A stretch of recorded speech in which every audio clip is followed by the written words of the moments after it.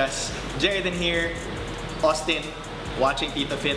In this channel, we talk about health, wellness, fitness, and those kinds of things. But today, we are talking about the sport of weightlifting and how we finally got a medal, a gold medal. Finally. A gold medal in the Olympics.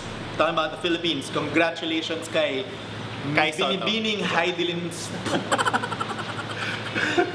Hidilyn Diaz for getting us our first gold. Maraming salamat sa karangalan na ibinigay mo sa buong Pilipinas at sa lahat ng Pilipino sa mundo.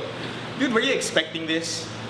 Honestly, of course, I want to root always for Yeah, her. you're always rooting for Especially her. if it's Hidilyn, no? Kasi the sport is very close to our heart since we do weightlifting, which is part of CrossFit. and honestly, big part of it's CrossFit. my favorite thing to do in CrossFit. And most people Yeah, naman. he hates Metcons. I hate Metcons, but I love lifting. No, I weights. love Metcons. Oh, ako lang pala. I But love yun nga, Metcons. it's really dear to our We're hearts. at Metcon group. I love Metcons. Yeah. Parang syempre, pag nandun si Hides, parang gusto mo, sana manalo siya. Pero pag alam mo, there's a saying in weightlifting kasi you're competing to finish second to China, di ba?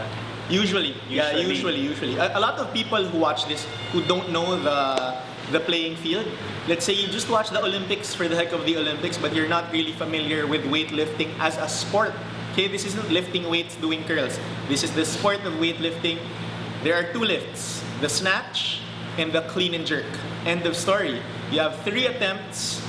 You have 3 lifts basically for each. So 3 attempts with the snatch, 3 attempts with the clean and jerk. That's it. That's it. That's it. The heaviest weight for each, the ones that you're successfully able to lift, those are tallied to the score, and the total, who gets the highest total wins. Yep. And that's how Hidilyn won. Yep. So she By- got the higher total by 1 kilo 1 kilo. or 2.2 pounds. But Yep. the skin of her teeth. Ganun kalapit. It's basically like an overtime game in the NBA na nag-tie sila tapos buzzer beater. Parang ganun. Exchanging baskets. Oo, tayo sila halos, buzzer beater, shot. Para siyang ganun actually. So you could So, just- ganun ka-grabe yung ginawa niya. Just tell the pressure of she was the last one to lift and she had to make it to win. And the powerhouse, like you said, the powerhouse in weightlifting is China. To be fair, Hidilyn, one of her coaches is Chinese. Yeah, because they're really the most proficient when it comes to weightlifting. It's one sport where the USA is not that big of a powerhouse. Yes. They're hardly ever thought of when it comes to weightlifting. When it comes to weightlifting, usually the competition is between China, Russia, some European countries, some Latin American countries, Sweden. Yeah. You know, usually countries like that are powerhouses in weightlifting. And for the Philippines to get a gold medal, Saka, if I'm not mistaken, China was supposed to sweep weightlifting in all the weight classes, they're diba? in. Pero si Hides lang yung nag-gold talaga. so next year, baka pag uwi nung Chinese lifter, turok-turok na. Hindi naman. Turok-turok na. Okay, so anyway. Oy, dude, serious talk. Yes. PEDs are It happens. No, It's part of dude, it. no, talaga. PEDs are part of this. Yes. Like, a lot of the competitors, they try to say na wala. Pero the truth of the matter is, nagagawa nila yan ng paraan eh. Marami ng paraan. I'm not saying na lahat yan gumagamit ng PEDs, pero some. And it's a part of it. But, you know, they're heavily tested, Yeah. so generally speaking, the ones that make it to the Olympics are clean. Generally speaking. Wink. Generally speaking. Yeah. We digress, but how do you feel about it? Oh man, I'm so stoked. Kasi, for one, personally, I've met Hidilyn a couple of times. I've met her a couple of times. She used to go for a photo shoot. She went for a photo shoot at the gym where I used to coach. And I was the only one in the gym at that time. So of course, I got to talk to her. This was, I think, after 2016, after Rio, when she won silver. She won silver in Rio 2016. Yeah. So she did the photo shoot with, I think it was ABS-CBN at the time. And they did the photo shoot at the gym. This is in the morning. So after the morning class, everyone leaves, but I had to train some of my clients. And of course, you know, we took advantage, we took the opportunity to take pictures with her. And then the second time was when there was a weightlifting competition that was hosted in the same gym, our old gym. She was there, she visited, she dropped by because she had some teammates of hers were competing, and then I Also think helping in the competition. support, yeah, kasi the weightlifting community in the Philippines is very small. And of course, we like to support each other. Like, we know, shout out dyan kay Coach Pep Agosto, one of the better coaches, also Hidilyn's teammate in the Philippine team, who helps out the CrossFit community by polishing the technique of their weightlifting. And he helps out, of course, those children, yung mga alaga niya, from the grassroots level. Sa akin, I really feel good about it kasi, you know what? It's a good time to be a Filipino and want to be involved in sports. Yes. Like, Hidilyn is like the creme de la creme right now, winning gold. But there's also that story of that Filipina skateboarder who's the daughter of a farmer and a vendor, if I'm not mistaken, and you know, she'd have to borrow a skateboard, and now she's in the Olympics for skateboarding. Skateboarding is a first-time sport in the Olympics, Yeah. so you never know. Earlier, I was talking to my brother-in-law. Shout out kay Ray. Ray, alright? He's from Zamboanga originally. He's from Zamboanga. He does weightlifting now too.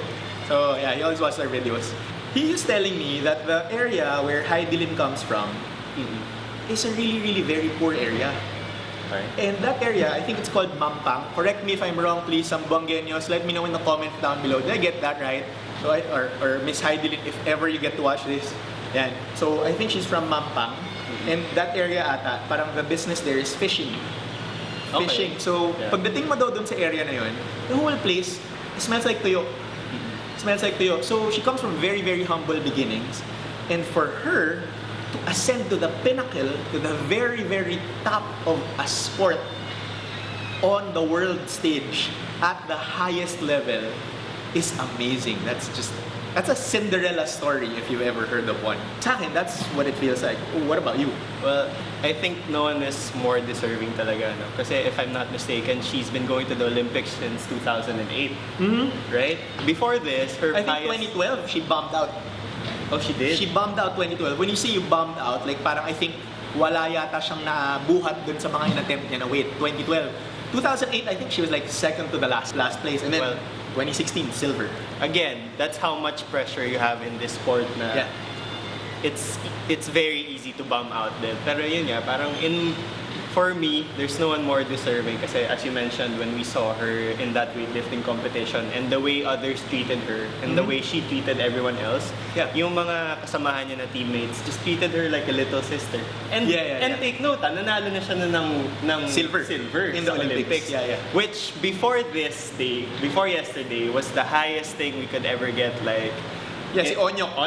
Exactly. Silver ba yun o bronze? Silver. Boxing? Silver din ba? Silver. So, no one more deserving. I was a kid. I was literally a kid. I was like probably like, I don't know, 8 or 10 years old. I was a smaller kid. Buhay na ako. Pero yun nga, no? That's interesting to point out also. Tagal nung drought. Remember when Onyok won the Olympic medal back then and what it did for boxing? Oh yeah. Grabe, and naging artista pa siya after. I have nothing against that kasi if that secures their future. You know what? The problem with sports in the Philippines, lalo na pag hindi basketball, yung problema, one, it doesn't get exposure kasi kasalanan natin lahat. Okay? Hindi tayo nanonood. Wala tayong pakialam. Utak natin nasa basketball lang. Most of us, generally speaking. Siyempre hindi lahat. Even business owners. So lahat ng funding, lahat ng suporta nasa basketball. Problema, sorry guys, harapin natin ang katotohanan. Medyo hindi tayo nabiyayaan ng height.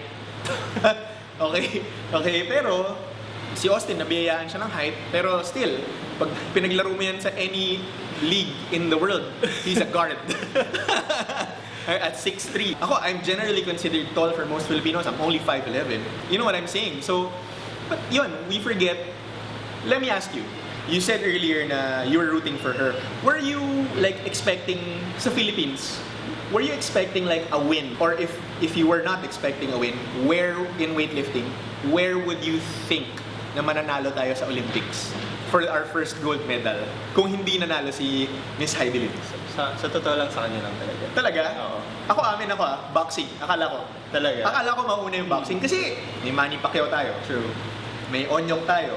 Meron tayong, sila Brian Viloria and all of these elite boxers, professional boxers. So akala ko, sa isip ko, alam mo ang funding ng sport natin mostly, kung hindi sa basketball, dapat ilipat yan mostly sa boxing. Yung mga may pag-asa talaga tayo. Akala ko sa boxing, I'm one of those. Aminado ako. Pero, I was always rooting for Hidilyn, and the fact na naka-silver siya recently, akala ko yesterday, to be honest, Silver. I thought she'd get silver. But kasi nga, sa isip natin, na parang, alam mo yun, yung parang normally sa weightlifting kasi talaga China na yan. Ibibigay mo na talaga yan eh. Parang formality na lang yung formality na lang eh, na sila yung mag-gold sa weightlifting. Tapos, second, yun na yung labanan. But, grabe. Sila mag-aagawan. Kasi the last Olympics, na sumali si Miss Hidilyn, hindi China ang kalaban niya. Taiwan. Taiwan ang kalaban niya. So noon, may pag-asa talaga noon. May pag-asa talaga siya noon. Kasi walang China sa category na yun. I think this Olympics, umakyat siya ng weight category. From 53 kilos to 55 kilos. So umakyat siya. Nagpabigat pa siya lalo. Yes, umakyat siya. Very hard to do. Umakyat siya. So, well, syempre, if you get bigger, lalakas ka din. Ayun. Looking forward, going forward, what do you think is going to happen to the sport of weightlifting in the Philippines? Well, right now gyms are closed, but I'm so excited for people to get curious. Try it. Wait. You said gyms are closed. Here's the deal. Those gyms that are closed don't have weightlifting platforms. They don't have Olympic weightlifting bars. They don't have training bumper plates at the very least. Not even like competition bumper plates. I'm talking about like a training bumper plate. This is a training bumper plate. This is a training bumper plate. Wala. Because these ones, you can drop them from really, really high and they're really meant to be dropped. Yeah. Normally, you go to other gyms sa Philippines, bawal nga magbagsak eh. So, if you ask me, weightlifting is a sport that's, you really have to seek it out. But for the general public, what do you think? Well, they'll definitely be curious. Okay. And I've seen kids actually try it because of Miss Hidilyn, di ba? Where are these kids coming from? Generally, poorer areas. Okay. Tapos, but there are some na parang that could afford at least a bar and a few weights. Yeah. Kasi the point for me kasi the barrier of entry isn't very high. You will spend money, of course. Konti lang. I mean, syempre, hindi siya kasing mura ng basketball. Diba? Hindi siya kasing mura ng isang bola. Pwede ka maglaro kahit saan. Pero in my head kasi parang it's such a great time because sobrang perfect ng Pilipino para sa sport. And you know what, another thing, like you said, kids. Let me reiterate, to become great at this sport, weightlifting, you have to start as a kid. Generally speaking. So please, huwag na natin tinatanong yung nakakaliit ba yung ng weights, yung hindi natatangkad kapag ka nag-weights. Kung Pilipino ka, wag mo nang wag mo nang isipin. Kung Pilipino ka, maliit ka talaga. Generally speaking, kung yung lahi mo may katangkaran, tatangkad ka. Pero kung hindi talaga. Wala kang magagawa doon. Whether magbuhat ka o hindi, yan ang kapalaran mo. Sorry. Okay. Well, I'm hoping at best na mas maraming mag-try at least, bumili ng sariling bar, set up something at their house. Ako pare, seryoso nakikiusap ako Kung may makapanood man ito na nasa posisyon, kaya makakuha ng funding. Yes. Alam nyo, tigil-tigilan na natin yung basketball court. I mean, sige, di ba yung basketball court usually sa barangay, Paliga. may katabihan na indoor facility na minsan gym. Hindi kaya gawan natin ng facility na may weightlifting. Exactly. Okay, weightlifting, pwedeng mag-weightlifting doon. Like I said, snatch, clean and jerk lang yan. Hindi yan kahit anong barbell Kailangan medyo marunong talaga yung gumagamit dyan. Pangalawa, yung mga coaches sa weightlifting na kayang mag-coach ng weightlifting, na totoo mga totoong weightlifter, hindi yung mga nasa internet nagko-comment dito na di man lang naintindihan kung ano yung keeping pull-up. Nagko-comment ba naman? Parang, okay, really, it's 2021. Grow up, educate yourself, look it up, CrossFit. Hundreds and hundreds of thousands of people can't be wrong doing keeping pull-ups and their shoulders are still okay, you know? CrossFit has been around since 2001. Stop it with this. If you're a meathead, or mag-stick pull-ups. Yeah, mag-stick pull-ups ka. Okay lang, wala kami pakialam. Okay. But I take this tone, medyo aggressive. It's because I'm really happy about what happened. I'm really intense. And like, you know what? These people who comment, I guarantee you, like these haters who comment, not even 5% would know how to do a basic snatch or a basic clean for that matter. Not even a basic clean, much less a jerk. They'll say the jerk is cheating. No. They'll say the jerk is cheating because you used momentum, you drove up and caught it at the bottom. I'm Yeah. sorry to bust your bubble. That's the way it works. Those are the rules. If you press it, you're an idiot. If you press, If you press the if you jerk, press 200 kilos, hindi lang. If you press it, it doesn't count. Right? Tama. Yeah, if there's a press out, if pagsalo mo ng jerk, and then you still have to press, it doesn't count. That's the basic. You have to understand the rules of the game. Kagaya nga nung isang bodybuilding influencer. Di ba? Bobo daw eh. But that's the truth of the matter. Alright? Weightlifting is not lifting weights. Weightlifting is a sport. Clean and jerk, snatch. Learn the very technical lifts. That's the way it works. It's like powerlifting. Powerlifting is a sport. Squat, deadlift, bench press. It has its own standards. Learn the sport. CrossFit is a sport. There are standards. Bodybuilding is a sport. You can't wear bench body underwear and pose. Or lagyan mo ng salitre yung katawan mo. Learn the rules. It has to be dream tan, pro tan. You have to have a base tan.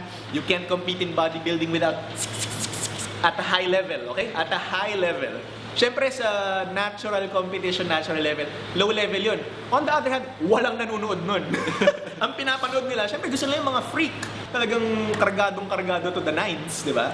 So, learn the rules of the game before you comment. If you don't know the rules of the game, shut up ka na lang. Ganun lang kasimple yun. Wala kang masabing maganda, eh sorry. Di ba? Gawa ka ng channel mo. Okay, tignan natin kung may makinig sa'yo. Okay. I mean, let's be honest. It can be frustrating. It can be frustrating at times. But the reason why we made this channel is because we want to educate. We want to educate. And if you don't want to listen to us, if you're resistant to that, that's fine. But the sport of weightlifting is here to stay. Thank you very much, Miss Hidilyn Diaz. Maraming salamat. We at TitoFit salute you. Salamat ng marami sa karangalan na yan. Ano, mag-snatch ba tayo? sige. Alright guys, thank you.